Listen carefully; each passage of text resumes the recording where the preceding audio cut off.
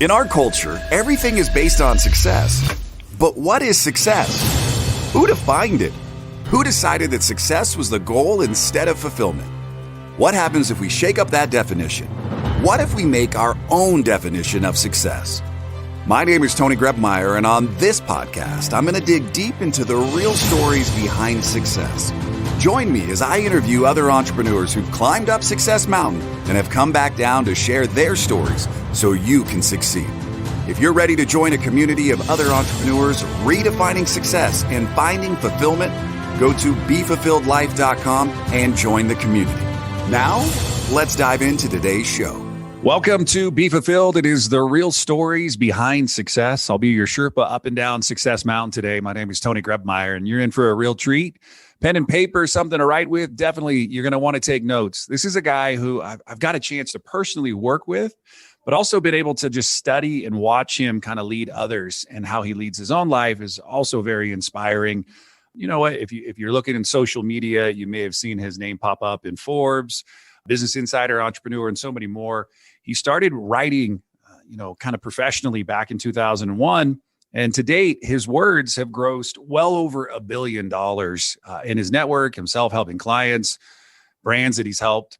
And he's actually doing something really, really cool. He's charting his success with a podcast. So he's also a podcast host. So as you're listening today, make sure you subscribe to his podcast, The Road to Billions. Stefan Georgi, I'm excited to be here. I know you're a father, a husband, just an awesome guy. So welcome to the show. We're going to have a lot of fun today. Yeah, absolutely, Tony. Thank you so much for having me. I'm thrilled to be here. And I love you. Anytime I get a chance to talk with you, it is a real treat. Cool. And as you're listening today, taking notes, StefanPaulGeorgi.com, you're going to want to get on his email list. And it's one of the really good email lists, not the ones where things come and you're like, oh, crap, I got to hit delete. This is the one you want to read.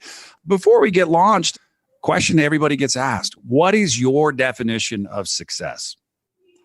That's a great question. I think that it's hard to answer. Right? Leaving the world a better place than how I came into it. I think that's a huge part of it. Like the idea of when I'm on my deathbed, which I studied philosophy in college, so I have an existential streak. And when I'm on my deathbed and I'm dying, that I feel hopefully very at peace with that. And I feel like, in fact, like thrilled to have lived and to have made an impact on the lives of as many people as possible, people that I love, and have sort of left a lasting legacy that has nothing to do with money, but everything to do with love and inspiration and things like that.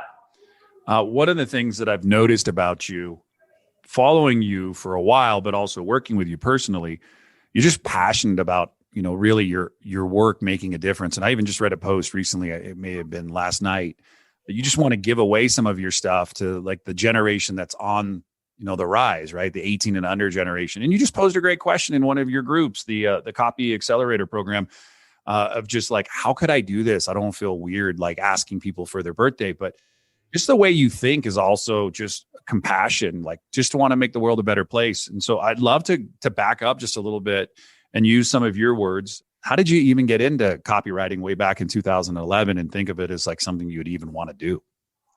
Yeah, so it was really from my now wife, Laura. I met her at a poker table in Las Vegas, and my dad had just passed away from cancer, which sucked, obviously. Before that, I was an outdoor ed instructor, having done a bunch of other jobs, and then was a outdoor ed instructor in Marble Falls, Texas, and thought that's what I was going to do for the next 5-10 years of my life. Really, speaking of being, it was really fulfilling, right? I was in this... It was like a double wide trailer. I had a roommate. I had trailer mates. I made like $200 a week, but I got to eat free camp food.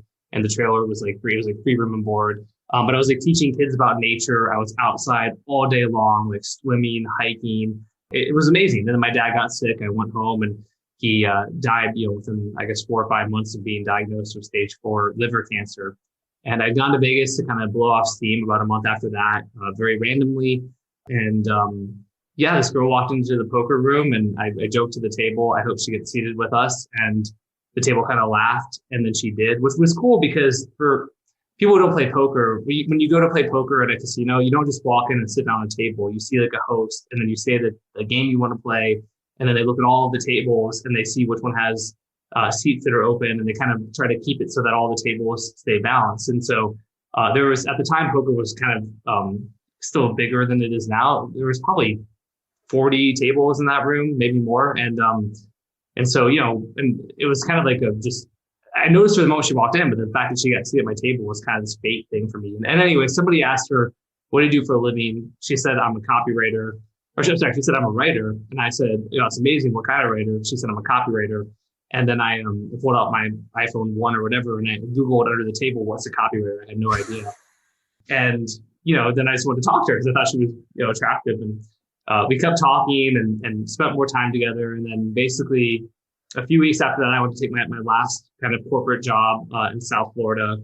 And she came in for a weekend and sort of moved in with me at my request. And then after a few months of doing outside sales in the hot Florida sun, and I'd come back and she's, in her pajamas or her underwear, drinking a beer, and she made like 4 or 5 times as much money as I made, doing something creative, writing. I was like, I gotta try this. So with her help, I posted something on a website called Warrior Forum, like basically offering for people to hire me, and I'd write their copy. Woke up the next morning, I had, I think it was $297 in my PayPal account. 2 people had paid me for a sales letter, and I quit my job like a few weeks after that, and I've never looked back. Man, well, somebody played his cards right. So congratulations on hitting the jackpot, right? Yeah. A lot of people sit at tables forever and never actually win. So I love it. But I think the thing that I love most was you had the idea in your head, I'm going to Google what the heck is a copywriter, right? Like at the table, why it's all going on. And that's something that I think most people miss out on even to this day. They read something, they take it for fact, they don't do any studying, and they just believe. And you're like, well, hey, I've got tools at my fingertips. So, you went from $200 or so, we'll call it a month, room and board, life and all that kind of stuff, to, waking up the next morning, kind of saying to yourself, posting on Warrior Forum, hey, I'm going to do this, 297's in your account. And you're like, damn, I hit something. Yeah. And what I want to talk about is of just having the confidence to kind of follow your passion, even if you're kind of self-discovering that passion at the time. You walk away from corporate America, you fully just throw all of it into this. And we're talking in the intro, $1 billion or so. And I know Jim Dew was on your podcast recently. You were talking about like, hey, this is something I'm just about to cross over. Do you ever just stop for a moment and just look back and just go, like, if I wasn't at that moment sitting playing cards, just like trying to make some extra cash, where I would be today? Yeah, absolutely.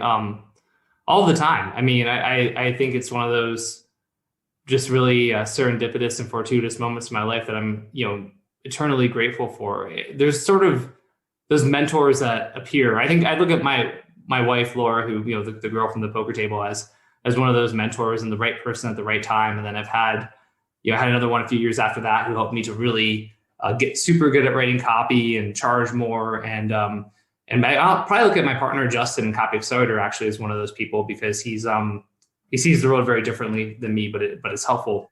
But yeah, it's just a lot of luck, man. It's like, I think there's definitely like fortune favors the prepared or whatever. Right. And so to your point of pulling out the phone and Googling it, and, I think like you need to you can't, the universe will put things in front of you, but you have to grab them. You can't just like, sort of wait for them to do everything for you. But there's, just super lucky. I honestly just feel very lucky and grateful very often in my life. Like literally today, yesterday, every day, I feel a lot of gratitude. I love that too. People often say like, luck isn't real. I'm like, no, luck is real, bro. Like, you go hit 20 on the roulette table, walking by from one dinner going to exit the casino, and you just throw some money down. That's like my favorite number. Yeah. And everybody looks at me and I'm like, dude, you got to have luck, and like, you just have to believe too. And I know deep down inside, you just have a powerful belief system. What I'd love to do, I want to talk specifically just about how you're giving back and helping right now. You and Justin have rolled in a Copy Accelerator. I know our company Ship Offers is proud to be a part of that. Talk just to me, like, where that idea came from for you to just go all in on kind of wanting to mentor and coach, because I think that's such a beautiful give back. Yeah, absolutely. So, Justin had the idea for Copy Accelerator, and originally the idea was he wanted it to be like where we could train the copywriters for companies, right? Because it was like all these companies have in-house writers and they don't know, the writers kind of like are inconsistent, and the business owner would probably find it really valuable if we could train their writers for them. But as soon as we started workshopping the idea, it was very apparent that all these kind of the business owners themselves wanted to join, and also the freelancers wanted to join. And then what you kind of realize, and I think this is true for a lot of people who are confident in any industry or niche or whatever, is we always kind of forget how much we know. And so as soon as I started sharing stuff about like freelancing and hey, like here's how you can earn more as a freelancer, how you can get better clients, that kind of stuff. The stuff that I had taken for granted through my experience, and it was making a huge difference in helping people to get these cool wins. It was like really exciting. And then same with business owners, because you're like, oh, I made all these mistakes when I was scaling, my funnels or my business. And here's what worked. And then they do it like, oh, it worked for me too. And they're like, oh, this is, and then I guess just hearing like the wins from people, because again, it's never like the money is like a measuring stick. So, and it's, if I share like today, somebody who joined our mastermind in February of 2020, he was making he never made more than $5,000 or $6,000 in a month. And he's like, oh, I made $84,000 this month of March 2021. And like, that sounds impressive, and it is, and it's cool, but the money is like very secondary to like, what does that mean for him in his life, right? Like, what can he do now? Like, he's the confidence he has, because frankly, we do tie our confidence to like our performance, right? A lot of us do, especially as entrepreneurs. But then beyond confidence, like for those who have families and they have kids, and it means a better neighborhood, it might mean better schools. For the entrepreneurs, it means hiring 5 more people or 10 more people, and then like there's a crazy ripple effect, and that's the part that just feels so good that it's addicting and like addictive. Like, it's cool. That's something I learned really early on, kind of with this Copy Starter, is like we make money from it, of course, and it's a really good business and people make money, but like what keeps you coming back is just like the impact you're having. And then that got me just sort of obsessed and addicted to trying to have as much impact for as many people as I possibly can. Man, I love it. Hey, I'm going to take a quick break. What we're going to do when we come back with Stefan today, you can visit more at stefanpaulgeorgi.com. You can learn, get on his list, like download his podcast, subscribe, leave a review. He's got a cool concept. I love it. It's kind of reminds me when I was in radio. He's got a guy, Ed, I think, helping to take calls. They do it kind of live, and then you get a chance to listen to it. It's cool because you get a call and ask real questions in real time to somebody, and who's going to go for giving you the question you may or may not want to know the answer to, but he's going to give you the truth. That's what I love. I think that so far I've learned, and if you're listening along for the show, you're dealt a hand of cards, but you get an opportunity to shuffle them in your own hand and play them how you see fit. There's so much that Stefan's going to talk about on our way down Success Mountain today. And he's already been sharing these little golden nuggets and the ripple effect, right? You don't know the impact you have on somebody until you get one of those text messages or an instant message where it's saying, thanks, you've changed my life. Most I've ever made in a month was 5. And, now I made, $80,000 in a month or so. And, thank you, because you not just changed my life, you changed the trajectory of my family's lives. And I love that. That's one of the greatest things. It's not money. It's what happens when you help people see the value of money. So stick around. We'll be right back on the Be Fulfilled podcast show with our special guest today, Stefan Georgi. Are you ready to break the mold? So many people seem stuck in society, but you're not one of them. If you were, you wouldn't be listening to this. And I know for a fact that right here, right now, inside you, there's greatness. And a great way to help bring that out is the 12-week journey to fulfillment. So head over to BeFulfilledJournal.com and use the coupon code podcast, and you get a special rate on us. It's our way to say thanks for listening. As well, there's access to a private community of entrepreneurs ready to support you and your business. That's BeFulfilledJournal.com. All right, we are back on the Be Fulfilled podcast show. My name is Tony Grebmeyer, up and down Success Mountain today. Special guest, StefanPaulGeorgi.com. You can go learn more there. But Stefan, man, it's good to have you here. As I've said in the intro, I've gotten to know you over the years, done some business with you. Happy Ship Offers is a part of the Copy Accelerator program. I just love your image in the sense of, man, you just want to make the world a better place. And I know a lot of the content that, you put out there in the world has a lot of engagement, and a lot of people, one of my coaches and mentors, Sean Stevenson, used to say, if you thought of every comment or like that you got as somebody was dying on a plane today, they literally went up and they came down and the plane crashed and all of those people died, how would you feel if you got 2 likes? Would you look at it any differently, right? Because people took time to at least comment, engage, or something on your content. But you also have a message and a method behind it that gets people to buy. Let's talk a little bit about content and strategy today, because I think it's super important as anybody's listening to like, hey, how do I put my stuff out there, content, words, and get people to engage? What are some ideas that you have, even helping maybe to frame some stuff? Yeah. So I think for people, as you're trying to create kind of value-driven content, well, I think the real secret actually is for a lot of the content we're doing when we're marketing ourselves or our brand is there's a blend. Like people, I call it emotional response marketing, right? So there's the idea of like direct response marketing, which is you have a call to action, you're like, click the link, take some external action, pick up the phone and call, buy now. I look at emotional response marketing as where you're taking, you're eliciting an internal reaction. It's like a feeling, right? And then that may later on manifest itself externally. So how do you do that, right? It's storytelling, it is authenticity, it's vulnerability, it's humor sometimes. I think, the worst mistake people make with their content generally is just being too dry and not engaging and not being storytellers and then not being real and humble. People love stories about failure and struggle more than they generally like stories about victory and success. If you can tie the two together, great. But talking about the times you've struggled and what you've learned, that's more valuable because most people are struggling with something. Like I think everyone's struggling with something at any given point, no matter who it is, the most successful person, is struggling with something and being able to share, your experience and how, that impacted you and the lessons learned is wildly valuable. So I think that's a huge one.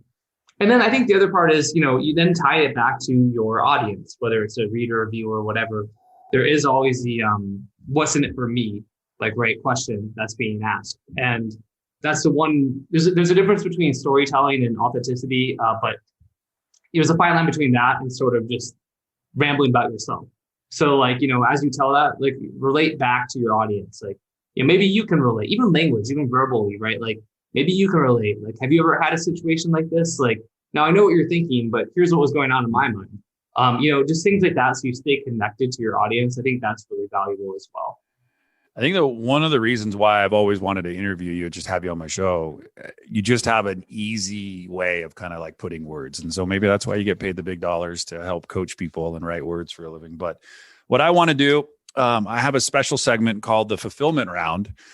We ask a bunch of rapid fire fun questions. There's no rights, no wrongs, but I ask you, please don't pass. I've had one guest in 4+ years pass. If you don't know the answer, just have some fun and make it up. Sure. All I need from you is your permission. Just say, I am ready.